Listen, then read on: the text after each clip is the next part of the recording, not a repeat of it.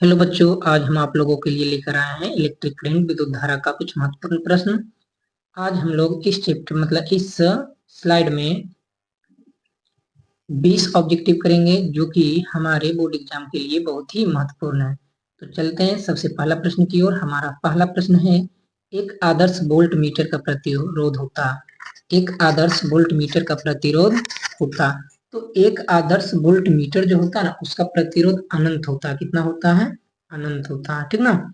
और उसी प्रकार से यदि आदर्श अमीटर का प्रतिरोध की बात करें तो आदर्श अमीटर का जो प्रतिरोध होता है वो कितना होता है? शून्य। कहने का अर्थ है वोल्ट मीटर का प्रतिरोध कितना होगा? इन्फिनिटी। और ए मीटर का जो प्रतिरोध होगा वो कितना होगा? शून्य। किस अवस्था के लिए? जब वो आदर्श हो। क्या हो? आदर्श। तो आदर्श ए मीटर का प्रतिरोध शून्य हो जाएगा और आदर्श वोल्ट मीटर का जो प्रतिरोध होगा वो कितना होगा? अनंत होगा, ठीक ना।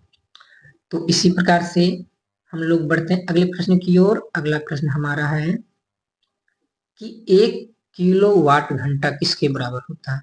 तो 1 किलोवाट घंटा जो होता है ना, वो 3.6 गुने 10 का पावर 6 जूल के बराबर होता है। कितना होता है?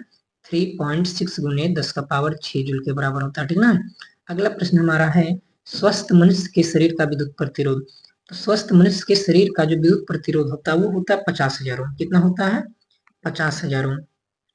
लेकिन यदि बात करें हमारी जो शरीर की अवस्था, उसकी अवस्था के आधार पे यदि हमारा शरीर गीला हो। क्या हो? गीला।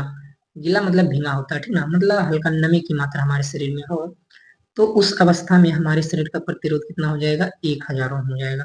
वही यदि हम लोग शुष्क अवस्था की बात करें, इसकी बात करें शुष्क अवस्था की, तो शुष्क अवस्था में हमारा शरीर का जो प्रतिरोध होता है वो कितना हो जाता है? 10,000 ओम हो जाता है, ठीक ना। तो स्वस्थ मनुष्य के शरीर का विद्युत प्रतिरोध कितना हुआ? 50,000 ओम। कितना हुआ? 50,000 ओम। यदि हम लोग गीली अवस्था की बात करें तो 1,000 ओम होगा, और यदि शुष्क अवस्था की बात करें तो कितना हो जाएगा? 10,000 ओम हो जाएगा, ठीक ना। तो बढ़ते हैं हम लोग अगले प्रश्न की ओर। अगला प्रश्न हमारा है कि विद्युत परिपथ की शक्ति होती है। तो विद्युत की शक्ति P बराबर होता है V² बटे R। क्या होता है? तो ऑप्शन नंबर इसका क्या है? सही सी नंबर होगा, ठीक ना। एम्पियर घंटा मात्रक है। तो एम्पियर घंटा मात्रक है। शक्ति का ऐसा मात्रक नहीं है, ऊर्जा का भी सही मात्रक नहीं, विभवांतर का भी सही मात्रक नहीं। तो एम्पियर घंटा जो है ना, वो आवेश का ऐसा मात्रक होता है। किसका होता है? आवेश। आवेश का एक और ऐसा मात्रक होता है, वो कूलाम होता है। क्या होता है? कूलाम। तो आवेश का ऐसा मात्रक कूलाम भी होता है और एम्पियर घंटा भी होता है, ठीक ना। तो बढ़ते हैं हम लोग अगले प्रश्न की ओर। अगला प्रश्न हमारा है कि किरचॉफ का द्वितीय नियम किसके नियम का पालन करता है? तो किरचॉफ का जो द्वितीय नियम होता है ना, वो ऊर्जा संरक्षण के नियम का पालन करता है। किसका नियम का पालन करता है? ऊर्जा संरक्षण के नियम का, ठीक ना। अगला प्रश्न हमारा है कि व्हीटस्टोन सेतु से तुलना करता है। व्हीटस्टोन सेतु जो है वो तुलना करता, तो किससे तुलना करता? हम लोग जब पढ़ रहे थे व्हीटस्टोन ब्रिज, तो उसमें हम लोग देखे थे कि प्रतिरोध को चारों तरफ लगा के उसको हम लोग क्या करते हैं? तुलना करते हैं, जिससे हम लोग को अज्ञात प्रतिरोध का मान ज्ञात करते थे, ठीक ना। तो व्हीटस्टोन सेतु से तुलना किसका किया जाता है? प्रतिरोधों का किया जाता है। किसका किया जाता है? प्रतिरोधों का, ठीक ना। तो अगला प्रश्न हमारा है, अगला प्रश्न कि फ्यूज तार किस पदार्थ से निर्मित होते हैं? फ्यूज तार होता है जिसको हम लोग घर में शॉर्ट सर्किट से बचाने के लिए लगाते हैं। तो वो जो तार होता है वो किस चीज का बना होता है? तो ये तांबा का नहीं होता, टंगस्टन का भी नहीं होता और नाइक्रोम का नहीं होता। ये किसका होता है? लेड। किसका होता है? लेड से निर्मित होती है। तो फ्यूज तार हमारा जो होता है वो लेड और किसका होता है? टीन का। लेड हमारा पीबी और टीन हमारा हो जाएगा एसएन। तो पीबी का जो इसमें परसेंटेज है वो 40% होता है और एसएन जो हमारा है वो 60% होता है। लेकिन सूक्ष्म मात्रा में फ्यूज तार बनाने के लिए हम लोग तांबा का भी इस्तेमाल करते हैं। तो तांबा जो होता है ये हमारा सूक्ष्म मात्रा में होता है। क्या होता है? सूक्ष्म मतलब ना के बराबर इसका इस्तेमाल मतलब दिया जाता है, लेकिन बहुत ही क्या होते हैं? कम होते हैं। तो फ्यूज तार किस पदार्थ से निर्मित होते हैं? तो लेड और टीन का मिश्र धातु होता है। किसका होता है? लेड और टीन। तो ऑप्शन नंबर इसका क्या हो जाएगा? सही। लेड 40%, टीन 60% और तांबा जो होता है वो सूक्ष्म मात्रा में मिलाया जाता है, ठीक ना। उसके बाद हमारा प्रश्न है कि विद्युत वाहक बल की बीमा होती है। किसकी बीमा? विद्युत वाहक बल की। तो विद्युत वाहक बल जो ई हमारा होता है वो होता है डब्ल्यू बटे क्या, क्यू। तो हम लोग जानते हैं कार्य का विमीय सूत्र ml2 और टी इनवर्स कितना होता है 2, और हमारा अभी इसका हो जाएगा 80, ठीक ना। तो यदि हम लोग देखें तो m हो गया, l का पावर 2 हो गया, t ऊपर में 2 गो था और नीचे में एक, तो t का पावर -3 हो गया और a का पावर -1 हो गया। तो ऑप्शन नंबर इसका हो जाएगा डी। क्या हो जाएगा डी। ml2 टी इनवर्स 3 आई इनवर्स कितना है 1। तो आई की जगह पे ए या ए की जगह पे आई भी हम लोग रख सकते हैं, ठीक ना। तो बढ़ते हैं हम लोग अगले प्रश्न की ओर। अगला प्रश्न हमारा है कि विद्युत हीटर में जिस तत्व का व्यवहार किया जाता है, विद्युत हीटर में जिस तत्व मतलब क्या, तो 3 प्रकार के होते हैं, धातु, धातु, धातु। तो तत्व कहने का मतलब वो धातु, किस धातु का बना होता है, ये नाइक्रोम का बना हुआ होता है। किसका बना हुआ होता है, नाइक्रोम, ठीक ना। किसका बना हुआ होता है, नाइक्रोम का। तो ऑप्शन नंबर इसका क्या हो जाएगा, डी आंसर, ठीक ना, नाइक्रोम, ठीक ना।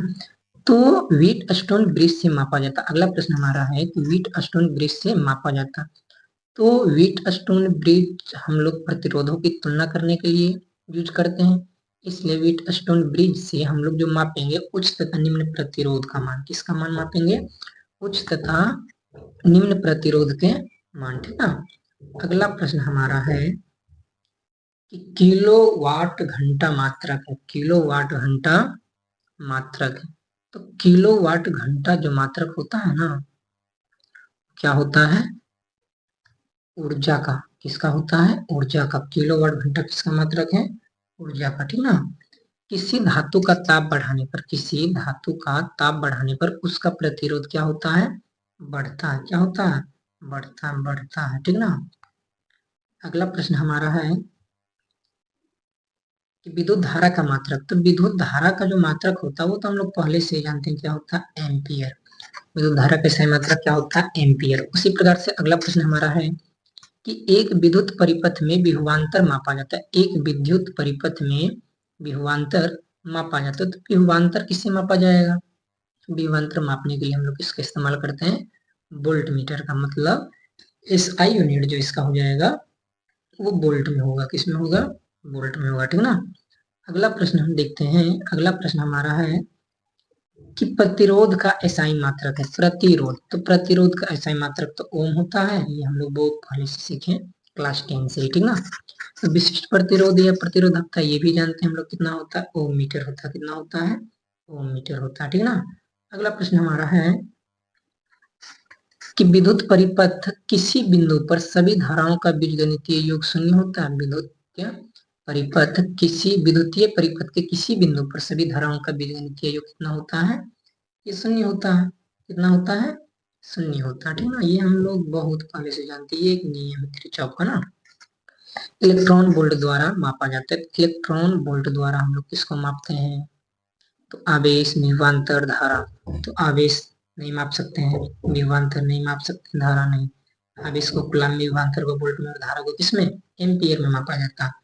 तो इलेक्ट्रॉन वोल्ट का जो मात्रक, ये इलेक्ट्रॉन वोल्ट जो मात्रक है वो हमारा किसका है, ऊर्जा का। लेकिन इसमें कोई भी ऑप्शन नहीं दिया गया, इसलिए इसका ऑप्शन नंबर क्या हो जाएगा, डी सही आंसर हो जाएगा, ठीक है ना। तो इसी प्रकार के वीडियो देखने के लिए हमारे चैनल से